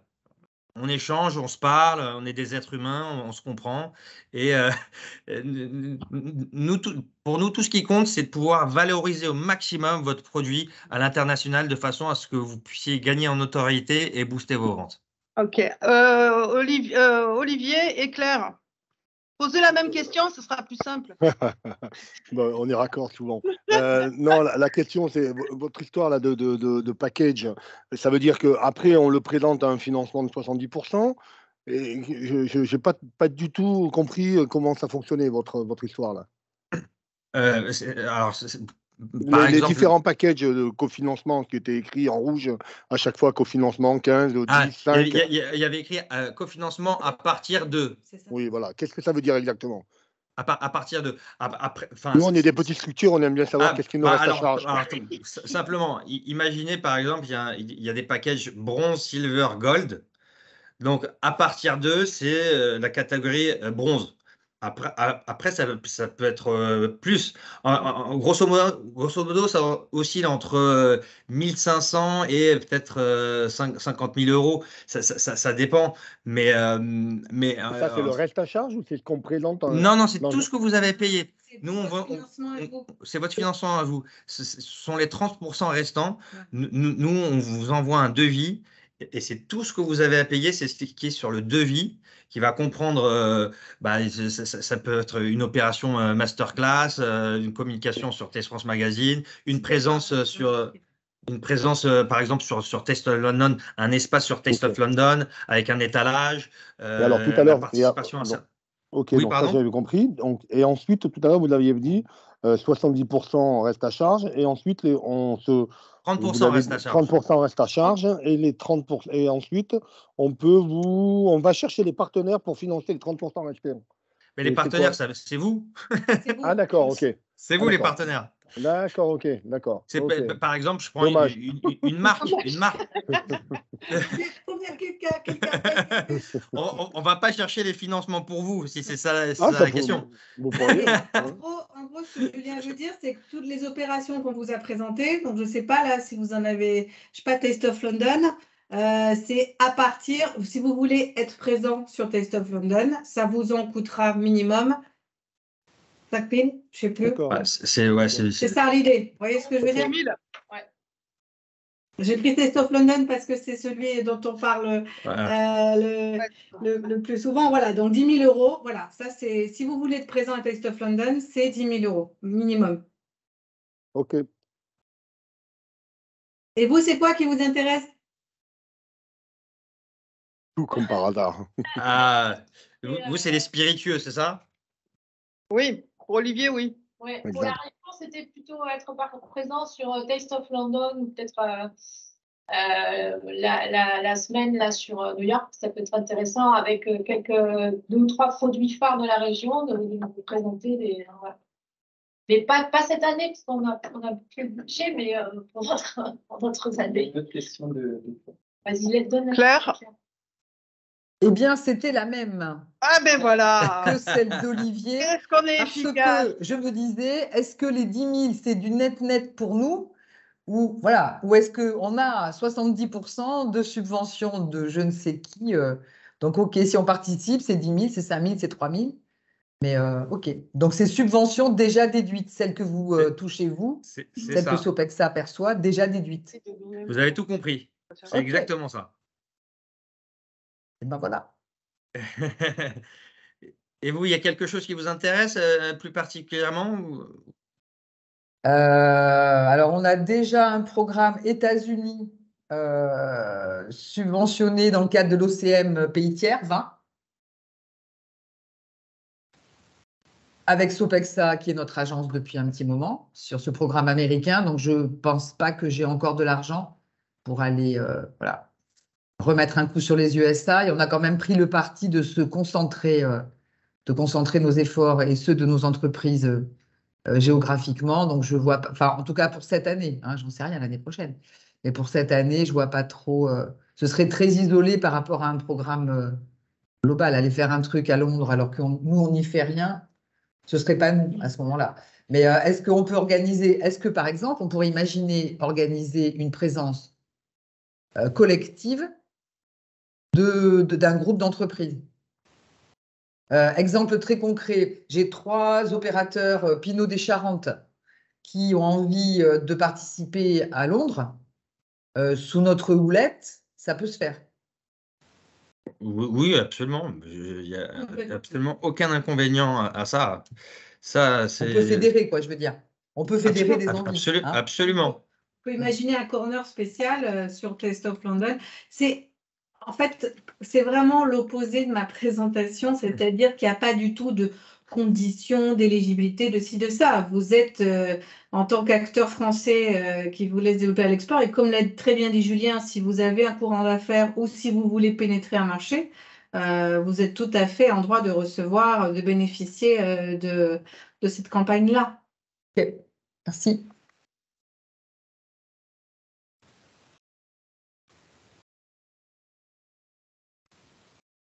Bon, ben, je vous remercie, la Sopexa. On va passer sur un autre sujet qui n'a rien à voir Merci avec à la vous. promotion ou la commercialisation. Si vous voulez rester, tout le monde est bienvenu. Je vais faire très court. Je vais essayer de partager mon écran. Donc, évidemment, moi, je suis sur un programme de 27 milliards d'euros, donc on ne joue pas sur la même catégorie. C'est un programme qui s'appelle Erasmus, que beaucoup de gens connaissent. Donc, c'est le programme 2021-2027. Donc, nous, ça fait des années que l'on travaille sur ce programme, directement pour les filières agricoles. Et pour les filières agricoles et pour l'enseignement. L'enseignement, ça va des tout petits jusqu'à l'université, en sachant que l'axe d'entrée pour nous, c'est l'alimentation. Donc, un programme Erasmus, qu'est-ce que c'est? C'est un programme qui touche l'ensemble de la communauté. Elle n'est pas forcément éducative. Donc, ça va aussi bien être de l'éducation des adultes. L'éducation des adultes n'est pas une éducation en salle, ça peut être de l'éducation non formelle, ça va être de l'enseignement professionnel, scolaire, supérieur. Et donc, je comprends pas comment, oui. Et donc, vous avez en fait la possibilité de travailler sur 4 axes thématiques. Celui qui nous intéresse le plus souvent, l'entrée que nous prenons, c'est environnement et lutte contre le changement climatique, mais également parfois participation à la vie démocratique, valeurs communes et engagement civique. Vous avez 4 autres thématiques. Ça, ce sont les priorités du programme. Dans ce programme, vous avez la possibilité, tiens, c'est marrant, vous avez la possibilité de pouvoir développer des projets de coopération, soit des projets de coopération conséquents, on va dire, qui vont ce sont des forfaits, donc c'est des subventions à 100%. Ces forfaits, c'est 120 000 euros, 250 000 ou 400 000 euros. Ou quand vous ne vous connaissez pas, c'est la première fois que vous travaillez ensemble, vous avez des forfaits qui sont soit de 30 000 euros, soit 60 000 euros pour des périodes plus courtes. Et vous allez dire, mais pourquoi faire? Et qu'est-ce que vient faire l'alimentation dans cette histoire? Alors, je vous donne des exemples. On a gagné pas mal de projets, on en écrit d'autres, sur, par exemple, là, demain, c'est un projet de 400 000 euros, et c'est pour permettre à des jeunes Européens de voyager en Europe, mais il y a également la Roumanie dans ce projet, l'Italie, le Portugal, l'Espagne, sur la question de la transition écologique en viticulture. Quel est l'avantage de ce projet? Le projet, ça permet, à des jeunes de pouvoir bouger, voir ce qui existe, et en plus de se penser collectivement sur un problème qui nous touche tous, comment on gère la vigne aujourd'hui. Ça, c'est un lycée professionnel, donc c'est le lycée de Blanquefort-Mortagne-sur-Gironde, donc c'est le PLEFA de Gironde qui est porteur du projet, enfin c'est l'ANA qui est porteur du projet. Bien souvent, l'ANA vient en tant que facilitateur pour permettre à ces programmes d'exister, parce que c'est un petit peu européen, donc des fois, bien souvent rébarbatif. Donc Agnès assume la partie rébarbative de l'histoire. Mais il va y avoir d'autres projets, par exemple Castana, sur des filières qui ont besoin de se consolider. Et on prend 2 axes. C'est l'axe de la formation, donner à connaître un peu plus ce produit, une filière qui est quand même en crise, où c'est pas si facile pour un jeune de manger de la châtaigne, c'est pas intuitif. Et donc, on travaille dans ces cas-là, dans ces échanges et cette coopération, à renforcer la filière et à essayer de trouver des solutions ensemble pour le développement de la filière. Passeur de culture est un autre projet qui concernait des jeunes européens. Là, c'était le lycée de Jourdjac. Et Local Food Tour est un projet de plusieurs pays, entre plusieurs pays, sur le tourisme alimentaire et comment ouvrir les entreprises, à l'instar de l'onotourisme, mais les entreprises agroalimentaires aux touristes. Et donc là, on fait quoi, justement? Qu'est-ce qu'on fait dans ces projets? Bien souvent, on fait un travail collaboratif autour d'une question clé. On met en place des visites d'échange pour voir des bonnes pratiques et on essaie de les appliquer localement sur nos territoires. Donc, je ne vais pas rentrer dans le détail de chacun des projets. Là, il y a une vidéo que je ne peux pas vous montrer parce que je ne sais pas où elle est. L'ANA travaille soit en tant que rédacteur, le plus souvent, on rédige les projets, on trouve l'axe d'innovation, c'est ce qui est le plus important. Là, on a déposé pour New Cap, donc les caprins qui veulent créer une fédération européenne de régions caprines. Donc, ils ont obtenu le projet, mais on va travailler l'année prochaine sur d'autres sujets. Il y a de nombreux sujets qui nous intéressent. Et donc, je me mets à disposition pour faciliter cette rédaction. Donc, si je fais un petit peu une marche arrière, donc vous avez des projets de mobilité, vous êtes une entreprise et vous souhaitez que votre personnel se déplace, je ne sais pas, au Danemark ou en Turquie, parce qu'il est également éligible, mais pas en Suisse. Et vous souhaitez qu'il y ait un accueil réciproque de vos professionnels au sein d'entreprises. Vous êtes éligible. Donc, vous pouvez, et là, il y a un financement. Ça peut être des mobilités donc de courte durée, ça peut être une semaine, ça peut être 15 jours, ça va un maximum 2 mois. Vous avez donc, comme je vous l'ai expliqué, des partenariats d'échange simplifiés pour apprendre à se connaître et pour essayer de développer ultérieurement un projet plus costaud et des partenariats de coopération. Donc, c'est peut-être un peu un jargon parce que moi, je parle de façon très intuitive là-dessus. C'est peut-être pas facile pour tout le monde. Donc, en général, quand on souhaite se lancer dans une réflexion qui est quand même une réflexion intellectuelle, parce qu'il faut donner envie à l'évaluateur qui est en face de financer votre projet, il faut savoir que c'est des financements à 100%. Il faut bien faire il faut concevoir une note stratégique pour essayer de trouver l'intérêt de mon projet. Pourquoi j'irai sur ce programme-là? Et là, vous vous dites, mais je ne vois pas l'intérêt. En fait, vous allez vous apercevoir que dans n'importe quelle filière, on a besoin de progresser. Et si on progresse collectivement, on marque quand même des points et on va un petit peu plus vite. On va là avec Christine qui est là, qui est autour de la table là, on va réfléchir par exemple sur comment faire des salons régionaux, des salons de formation accrédités à Erasmus. C'est-à-dire que plutôt que de venir sur un salon, le jeune vient, se balade, il y a un peu des trucs organisés, c'est arriver à modéliser de manière à ce qu'il y ait une accréditation Erasmus. Et vous savez que dans le cadre de ce salon qui dure 10 jours, qui dure une semaine ou qui dure 3 jours, il y a de l'espace formation informel. Et c'est ça qui intéresse. Donc, on est toujours en train de chercher le point d'innovation et il y en a partout. L'innovation, elle n'est pas technique. Hein. On parle là d'innovation plutôt stratégique. Donc, il faut rédiger une note succincte, 2-3 pages de réflexion pour vous amener, grosso modo, et voilà, à un projet gagnant. Alors, comment on se candidate à ça? Eh ben, c'est tous les ans, il y a 2 appels à projets. Ils sont complètement ouverts. Il faut aller sur ce site, vous appelez Agnès avant. On va commencer à organiser, parce que j'ai énormément de demandes, des sessions d'animation et des sessions de formation pour vous permettre de comprendre plus vite comment on se candidate à ces programmes. Donc, le site, c'est Mon Projet Erasmus. Vous avez des sessions en mobilité, c'est le 23 février, puis en octobre. Coopération, c'est le 22 mars, et puis après, il y en a d'autres en octobre.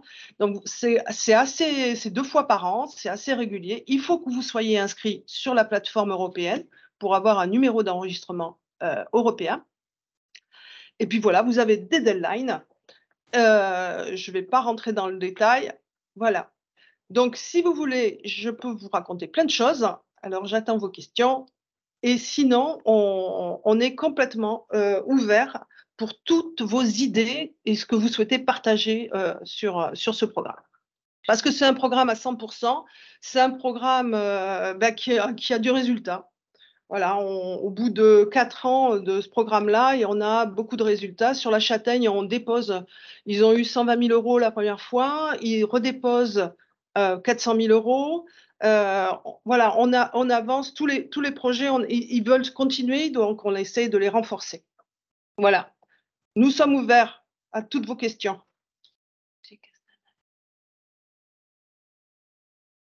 Ah, le film. C'est ça que tu voulais dire. Ouais. C'est bon pour vous? Est-ce que le vin est éligible? Tout à fait. Eh bien, voilà, sur transition écologique, c'est le vin. C'est uniquement le vin.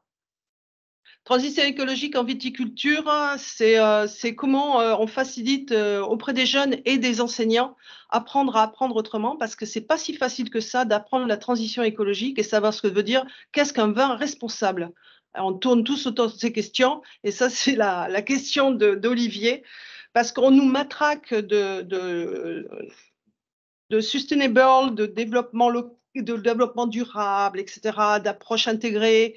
C'est pas si facile de décoder. Ça veut dire, par exemple, qu'on pourrait proposer, réfléchir à un projet qui… alors, je ne parle pas du côté transition écologique, parce que ça, c'est super difficile. Ça veut dire que c'est des sujets très techniques. Donc, mais par exemple, sur des sujets modération, consommation responsable, ça marche ou c'est vraiment… Ça peut marcher à partir du moment où tu as 2 autres partenaires pays. Donc, il te faut 3 partenaires dans 3 pays partenaires qui sont sur la même démarche. D'accord. Voilà, par exemple, là, tu viens de voir, tu fais le constat, tu t'aperçois qu'il y a 2 caves à vin sans alcool qui viennent d'être ouvertes à Paris, qui ont été ouvertes à Paris. J'écoutais ça ce matin, donc vin sans alcool, parce qu'aujourd'hui, grâce au Dry January, on ne consomme plus d'alcool, et boire de l'alcool et faire chin-chin à ta santé en buvant un verre de vin, c'est pas forcément bon pour ta santé. Tous ces messages qui sont véhiculés, ça, c'est typiquement le genre de réflexion intellectuelle que l'on doit avoir. Alors, si c'est comme ça, demain, je fais comment? Et c'est cette réflexion-là qui intéresse Erasmus. À partir du moment où tu as une réflexion concertée, en te disant comment je réponds à une problématique. Et puis tu peux te dire, mais je suis hyper loin de cette problématique. Non. Quand on met en place des programmes d'échange sur la filière caprine, ou quand on met en place une consommation autour de la châtaigne parce que l'arbre est capteur de carbone et agit pour la biodiversité, il faut le vendre. Et typiquement, c'est ce genre de projet sur lequel on essaie de réfléchir.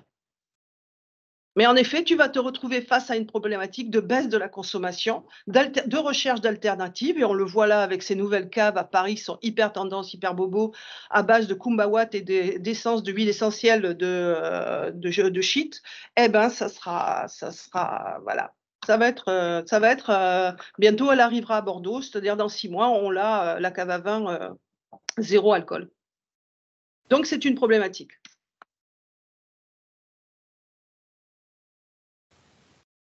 Voilà, mais ça demande de… Voilà, c'est pour ça qu'on va organiser des sessions de travail partagées pour les gens qui veulent réfléchir sur leurs problèmes et voir comment on arrive à mettre en place ce type de démarche intellectuelle. Parce que c'est quand même une démarche intellectuelle. Agnès, les étapes que tu donnes là, autour de rédiger une note succincte, et puis après… ça, c'est juste les étapes pour rédiger. C'est pour n'importe quel… N'importe quel. Voilà. Après, le dossier de candidature est online. Il fait entre 80 et 300 pages, comme d'habitude. Mais ça, c'est pas grave. Ça, on gère. Voilà, c'était les infos de la journée. J'espère qu'elles vous ont été très agréables et très instructives. À tous. Merci beaucoup. Merci à vous. Si vous n'avez pas de questions. Merci beaucoup. Merci à tous. Merci. Merci beaucoup. Au revoir. Belle fin d'après-midi. Au revoir. Merci. Merci. Merci Agnès et toute l'équipe de NA. Oui, merci Agnès. Merci beaucoup.